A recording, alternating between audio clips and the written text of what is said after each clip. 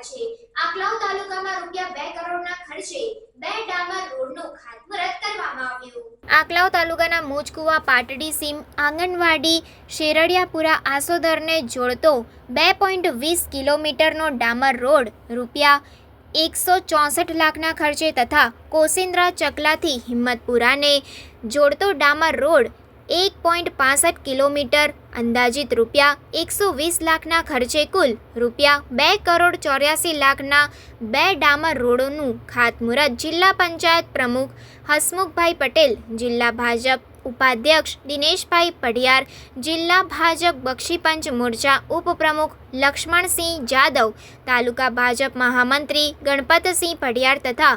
પૂર્વ તાલુકા પંચાયત સદસ્ય ડાયાભાઈ પઢિયાર તથા દૂધ મંડળીના ચેરમેન મનુભાઈ પઢિયાર તથા મહાકાળી માતાજીના ભુવાજી મનુભાઈ પઢિયાર તથા ગ્રામજનોની ઉપસ્થિતિમાં કરવામાં આવ્યું હતું।